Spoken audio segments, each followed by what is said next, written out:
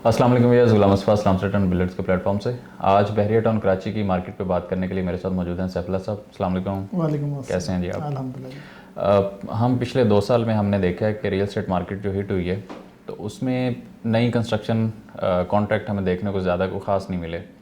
उसकी सबसे बड़ी एक वजह ये थी कि जितने में विला कंस्ट्रक्शन कॉन्ट्रैक्ट होता है उतने में उससे कम में शायद विला मिल जाता है इजीली। लेकिन अभी 2-3 मंथ के अंदर अंदर 20 से 25% का एटलीस्ट गैप मार्जिन आप कहते हैं, या आप कह लें कि प्राइसेस बढ़ी हैं बिल्ड प्रॉपर्टी की, जो विलास की। तो आपको लगता है 2025 के अंदर जो कंस्ट्रक्शन का गैप आया है, ये विलास की कंस्ट्रक्शन फिर से होगी उसी पेज से? अच्छा डॉक्टर साहब, ये देखो, ये ट्रेंड तो चेंज होना ही होना है। जिस तरीके से मार्केट चेंज हो रही है तो उसमें सारे ट्रेंड ही चेंज होने हैं। अच्छा, आप पहले तो ये देखें कि ये इनफैक्ट ऐसा हुआ क्यों कि बिल्ट इन प्रॉपर्टी सस्ती हो गई, और अगर आप खुद कंस्ट्रक्शन कराने जाते हैं। अच्छा, ये सिर्फ विलास में नहीं हुआ, आप हाई राइज बिल्डिंग में भी जाते हैं तो कंस्ट्रक्शन कास्ट अगर आपकी कोई, मेरे ख्याल से एवरेज ही कोई 7 से 8 हज़ार रुपये पर स्क्वायर फीट आती है, तो आपको मार्केट में कोई 4 हज़ार 5 हज़ार रुपये पर स्क्वायर फीट पे भी आपको अपार्टमेंट और ऑफिस ये मिल रहे थे। तो ये इनफैक्ट हुआ ये कि जिसकी भी जो भी इन्वेंट्री थी, वो प्लॉट्स था या बिल्ट इन प्रॉपर्टी थी, तो वो पैनिक में आके अपनी प्रॉपर्टी को या तो लॉस पे बेच रहे थे, या उसने वो प्रॉपर्टी उससे पहले कहीं अच्छे सस्ते टाइमों में ली या बनाई, तो इस वजह से वो आज प्रॉफिट को छोड़ के अब वहाँ से क्यूट लेने के लिए वो सस्ती बेच रहा था। हम तो आज की कैलकुलेशन करते हैं, फॉर एग्जाम्पल कोई एक विला, जैसे आपने कहा कि उसकी कंस्ट्रक्शन कॉस्ट लेते हैं और उसके प्लॉट की कीमत लेते हैं, तो वो एक हम उसका फार्मूला बनाते हैं कि अगर प्लॉट 50 लाख का और कंस्ट्रक्शन 1 करोड़ की, तो हम कहते हैं कि उसकी कॉस्ट 1.5 करोड़ है। लेकिन वो कॉस्ट आज ही 1.5 करोड़ है। जिसने 3 साल 4 साल पहले बनाया होगा, हो सकता है उसको प्लॉट भी सस्ता पड़ा हो और कंस्ट्रक्शन भी सस्ती पड़ी हो, और अगर वो आज 1.25 करोड़ का या 1 करोड़ 10 का बेच रहा है, तो शायद वो उसको लॉस ना हो रहा, और उसने 3-4 साल का उसका जो रेंटल है या जो भी उसको यूटिलाइजेशन है उससे फ़ायदा भी उठाया। एक तो फैक्टर ये है। दूसरा फैक्टर ये है कि कुछ लोग पैनिक होके इस मार्केट से क्विट लेने के लिए लॉस भी कर रहे थे। आज जो ट्रेंड चेंज हो रहा है, दोनों चीज़ें चेंज हो रही। सिर्फ आपका जो बिल्ट इन महंगा नहीं हो रहा, प्लॉट भी महंगा हो रहा है। तो किसी नए बंदे ने एक आके प्लॉट लेके उसके ऊपर कंस्ट्रक्शन करानी है, तो उसके लिए दोनों फैक्टर सेम है। अगर बिल्ट इन प्रॉपर्टी महंगी हो रही है तो प्लॉट भी महंगा हो रहा है। हाँ, अलबत्ता उस बंदे के लिए ज़रूर सस्ता पड़ेगा जिसका प्लॉट ऑलरेडी पड़ा हुआ है, वो सिर्फ कंस्ट्रक्शन की कैलकुलेशन करेगा। हाँ, तो यस, ये ट्रेंड चेंज हो रहा है, और ये डेफिनेटली चेंज होगा कि आपकी जो बिल्ट इन प्रॉपर्टी है वो आपको जो है महंगी मिलेगी, और आपको कंस्ट्रक्शन सस्ती पड़ेगी। कंस्ट्रक्शन सस्ती सिर्फ इसलिए नहीं पड़ेगी कि ट्रेंड चेंज हो रहा है। कंस्ट्रक्शन सस्ती पड़ने का एक और भी वजह है, रीज़न है, वो ये है कि आपकी जो जिसे कहते हैं अकोमोडेशन जो है, आपका जो पेमेंट शेड्यूल है और आपकी जो ईजनेस है, उसकी वजह से भी सस्ती पड़ेगी। क्योंकि आप जब भी इन्वेस्टमेंट करते हैं या कहीं भी मॉनेटरी टर्म में उसको देखते हैं, कैलकुलेशन करते हैं, एक आप अपफ्रंट पेमेंट करते हैं, एक इंस्टॉलमेंट में लेके जाते हैं।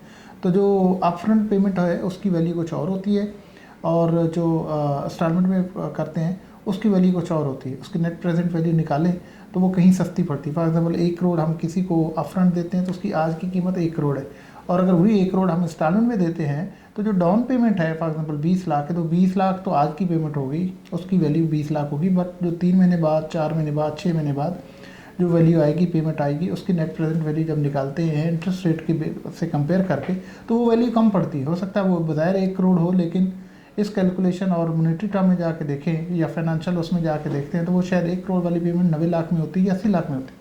तो इस तरीके से जाके इसकी कैलकुलेशन करते हैं, तो इनफैक्ट आपको कंस्ट्रक्शन सस्ती ही पड़ती है। बाकी जो उसके सहूलतें हैं या जो बाकी उसके फैक्टर है, जिसमें आपकी पेमेंट ईज़ है, अकोमोडेशन अपनी मर्ज़ी से है, फिनिशिंग अपनी मर्ज़ी से, ये सारे फैक्टर जब अप्लाई करते हैं तो आपको डेफिनेटली कंस्ट्रक्शन सस्ती ही पड़ती है। उसमें आपकी मेंटल सेटिस्फेक्शन का जो है वो लेवल और होता है।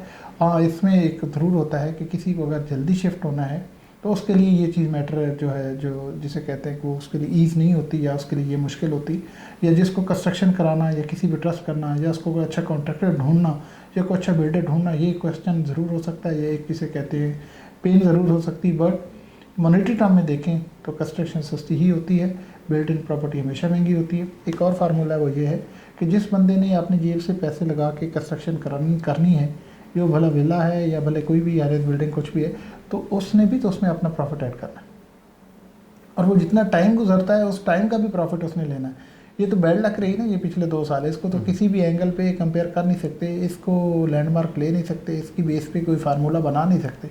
एक स्टैंडर्ड मार्केट होती है, तो जू आपकी मार्केट का टाइम गुजरता है तो इन्फ्लेशन उसमें ऐड होती जाती है, उसमें डिमांड की बढ़ने की वजह से भी इसकी प्राइस बढ़ रही होती है, इंटरेस्ट रेट की वजह से भी इसकी प्राइस बढ़ रही होती है, बाकी चीज़ें अगर सारी स्टेबल हैं तो ऑटोमेटिकली चीज़ महंगी होती जाती है। हाँ, एक टाइम आता है कि उसके बाद बिल्ट इन प्रॉपर्टी विला है या अपार्टमेंट है तो उसका, जिसे हम कहते हैं ना, कि बहुत पुराना हो गया, तो शायद उस वजह से कहीं ना कहीं प्राइस में फ़र्क पड़ जाए, लेकिन 2-4 साल 5 साल तक उसको नया ही कंसिडर किया जाता है, फ्रेश ही कंसिडर किया जाता है।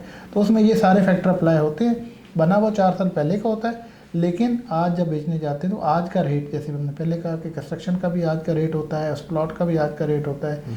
उसको बनाने के लिए बाकी जो फैक्टर है, जैसे अगर बैरियर टाउन में ही बना रहे हैं तो बैरियर टाउन की ड्रेन अप्रूवल की फ़ी है, फिर ड्यूरिंग कंस्ट्रक्शन जो है बैरियर टाउन के बहुत सारे अप्रूवल्स रिकॉर्ड हैं, उनकी कॉस्ट है, या इस तरीके से फिर कंप्लीशन सर्टिफिकेट लेते हैं तो उसकी कॉस्ट है।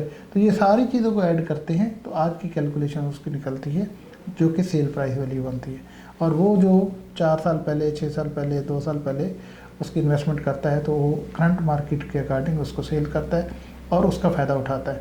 और जब कंस्ट्रक्शन खुद करवाते हैं तो डेफिनेटली कंस्ट्रक्शन जो है आज के रेट पे होनी, जिसकी रेट के ऊपर वो सेलर जो है बिल्ट इन प्रॉपर्टी की कैलकुलेशन करने जा रहा होता है, इसी पे होता है। बट वो एनपीवी की वजह से उसको सेव करता है, अपनी मॉनेटरी उसमें अपनी इन्वेस्टमेंट सेव करता है, उसको अपनी अकोमोडेशन की उसमें सेव करता है मद में, उसको अपनी जिसे कहते हैं फिनिशिंग क्वालिटी या अपनी मर्ज़ी की सारी पीस ऑफ माइंड को सारी क्यों कैलकुलेशन करें।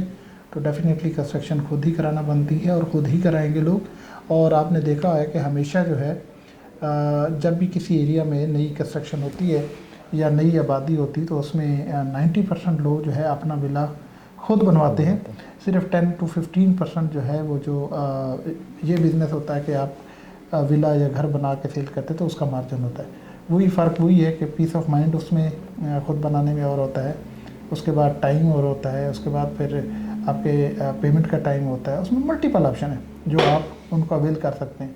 और बिल्ट इन पे जाते हैं तो आपके पास सिर्फ एक ही ऑप्शन है कि पैसे दें और कल ही शिफ्ट हो जाए।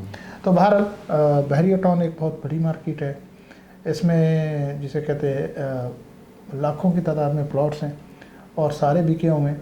वो रीसेल ज़रूर हो रहे हैं लेकिन ऑलरेडी कहीं ना कहीं बिके हुए हैं, बैरियर ने ऑलरेडी सेल किए हुए हैं। उसमें मैक्सिमम जो है एंड यूज़र है और एंड यूज़र ने आके अपने विला बनवाना है, कंस्ट्रक्शन करवानी है। और अगेन रेशो देखते हैं तो वही 90% रेशो ये है कि खुद आके कंस्ट्रक्शन करवानी है।